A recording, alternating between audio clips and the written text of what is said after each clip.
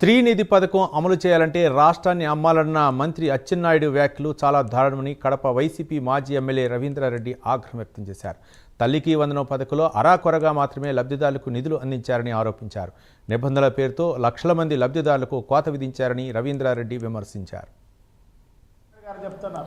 ఆడబిడ్డ నిధి అనేది అది అమలు చేస్తే ఈ రాష్ట్రాన్ని అమ్మేయాల్సిందే అని చెప్పి ఈ రాష్ట్రాన్ని ఎప్పుడో అమ్మేస్తున్నారు. ఎందుకంటే 13-14 నెలల కాలంలోనే 1,86,000 కోట్ల అప్పు ఒక్క సంక్షేమ కార్యక్రమానికి ఇచ్చిన పరిస్థితి లేదు. ఈ రాష్ట్రాన్ని అభివృద్ధిలో భాగంగా ఏమన్నా ఖర్చు పెట్టిన పరిస్థితి లేదు. అంత మోసం, అన్ని లంచాల కోసం, అవినీతి కోసం అంతా కూడా ఖర్చు పెట్టే లంచాలు, కమిషన్లు, దానికి ఖర్చు పెడతానారేమో కానీ నిజంగానే శ్వేతపత్రం రిలీజ్ చేయాల్సిన అవసరం తప్పకుండా ఉంది. దీనిపైన ఎంత అప్పు చేసినారు, ఏ దానికి ఖర్చు పెట్టినారు, సకాలంలో ఉద్యోగస్తులకు జీతాలు ఇస్తున్నారంటే అది లేదు.